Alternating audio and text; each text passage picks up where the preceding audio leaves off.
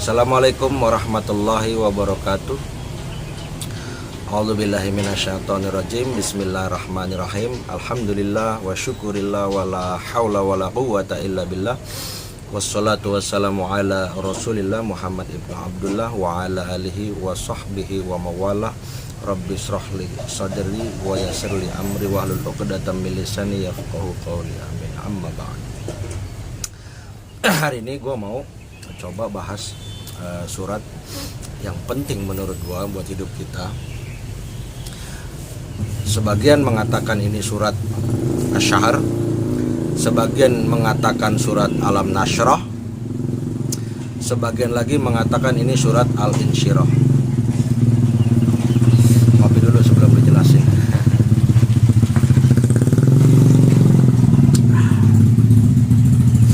Kita masuk pada ayat pertama. A'udzubillahi minasyaitonirrajim. Bismillahirrahmanirrahim. Alam nashrah laka sadrak. Nashrah itu asal katanya syaraha. Dia bisa artinya melapangkan, bisa artinya memotong, bisa artinya memutus, bisa artinya membedah. Dalam terjemahan bahasa Arab modern bisa ditambahkan operasi. Ada sebagian riwayat, memang hadisnya juga ada, bahwa Nabi Muhammad SAW sewaktu kecil itu, kira-kira mungkin umur entah 5 tahun ya, entah 10 tahun, saya lupa, itu pernah dioperasi dadanya oleh 2 malaikat. Jadi diambil yang buruk-buruk, kemudian dimasukkan hikmah ke dalam dadanya, ke dalam soldernya,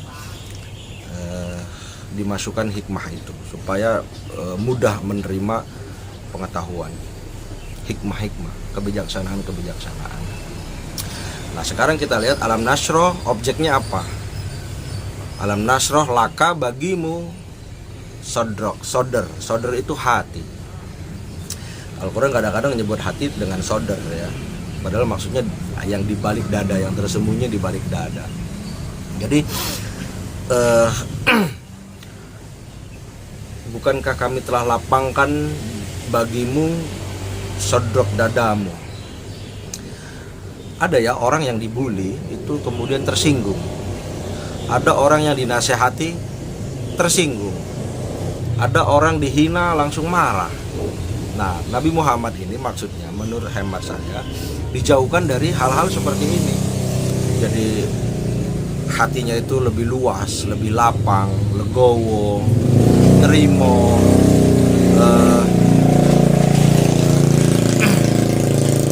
tidak mudah naik darah, tidak mudah tersinggung, penuh welas asih gitu loh. Kemudian hatinya itu diperluas sehingga mampu menampung pengetahuan.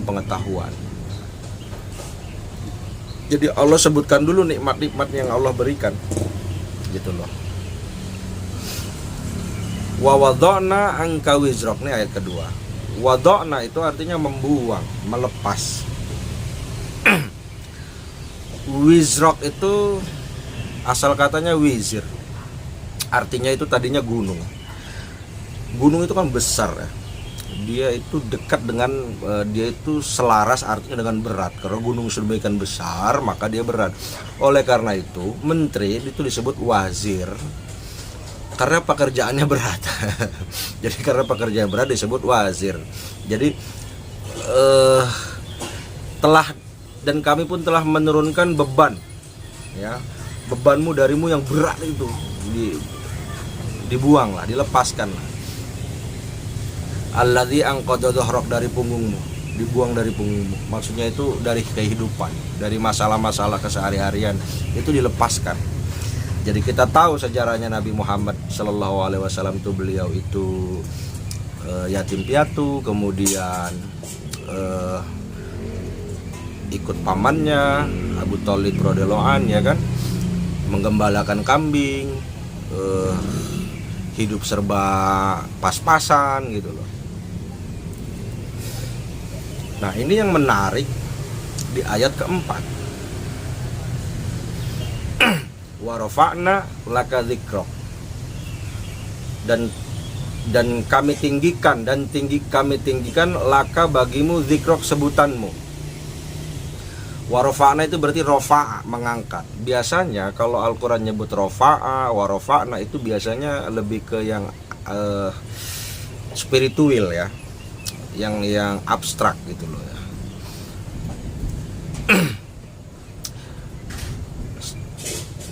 Ayat keempat ini menurut saya keren, membuktikan kalau Al-Quran itu adalah mukjizat. Mari kita lihat ayat keempat nih, warofa'na laka dzikrok, maka ditinggikan kami tinggikan bagimu sebutanmu. Sebelum Nabi Muhammad SAW lahir itu namanya sudah disebut duluan. Di kitab-kitab sebelumnya itu disebut duluan.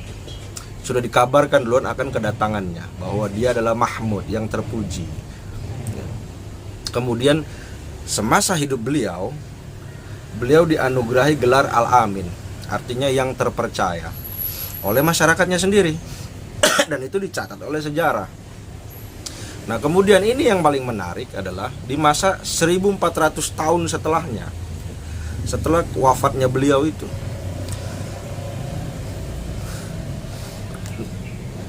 silakan Anda cek sendiri nama manusia yang paling banyak disebut oleh manusia di hidup ini.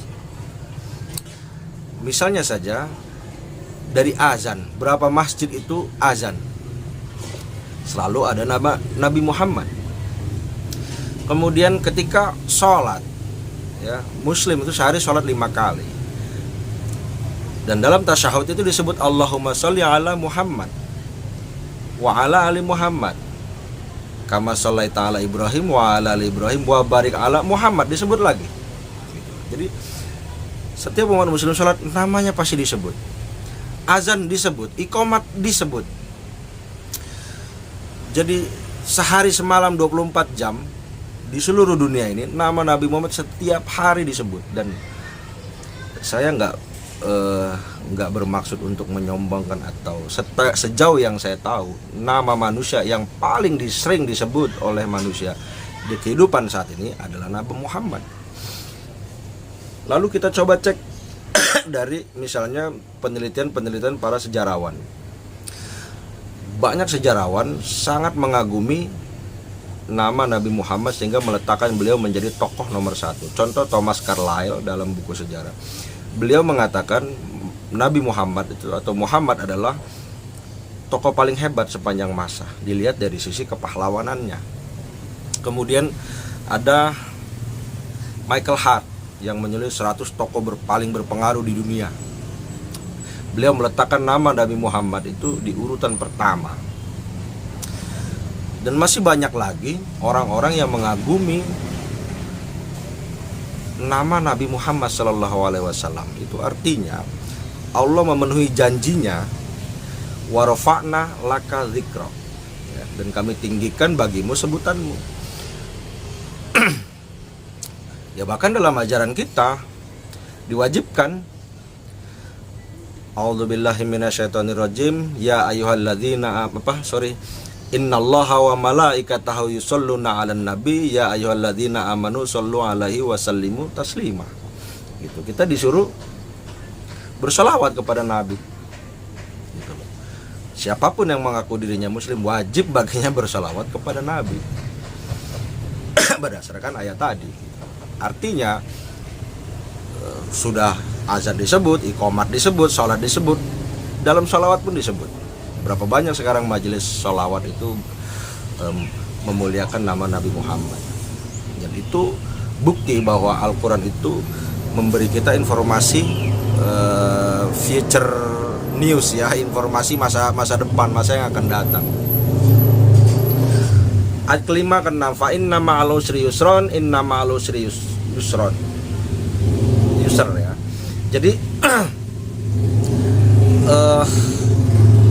beserta kesulitan itu ma'a pasti ada kemudahan.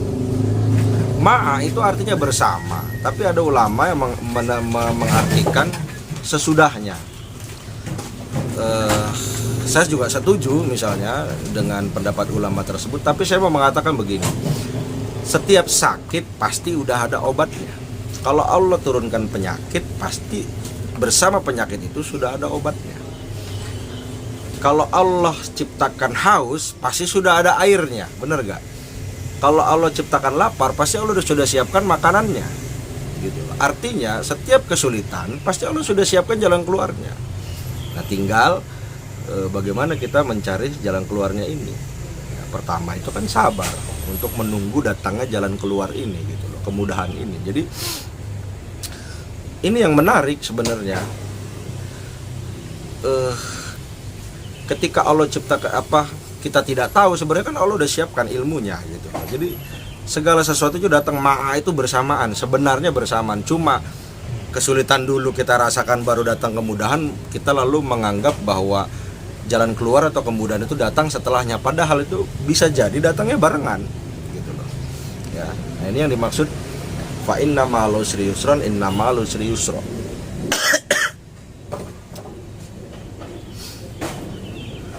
Fa idza faragta fansab wa ila rabbika farghab. Jadi kalau kita udah selesai, fangsab itu kan artinya bisa jadi sama dengan nasib. Dia nyata. Fa idza faragta fansab wa ila rabbika farghab. Kalau kita sudah berikhtiar, kalau kita sudah berusaha mencari jalan keluar, mengerjakan pekerjaan-pekerjaan kita disuruh bekerja dengan sungguh-sungguh kok, gitu ya. Jadi pekerjaan ini selesaikan dulu, baru kerjakan pekerjaan yang lain. Jangan pekerjaan ini belum selesai, fokus kita ganti mengerjakan yang lain, ini juga belum selesai, kita kerjakan yang lain, gitu. Akhirnya semua terbengkalai, tidak ada yang selesai. Jadi di sini ada anjuran, kerjakan dulu secara sungguh-sungguh pekerjaan yang sudah di depan mata. Setelah selesai, kerjakan lagi yang sudah menanti. Jangan ada tunda-tunda, gitu loh. Jangan ada tunda-tunda. Jangan ada delay-delay, gitu loh. Wa ila rabbika farghab, dan kepada Tuhanmu lah harapan itu disandarkan. Berharaplah kita kepada Tuhan kita, yaitu Allah.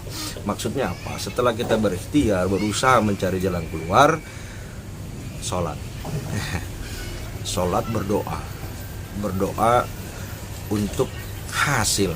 Jadi tidak selalu usaha itu hasil, tidak selalu, karena ada orang berusaha ternyata rugi, ya, ada orang berusaha ternyata nggak dapet, gitu.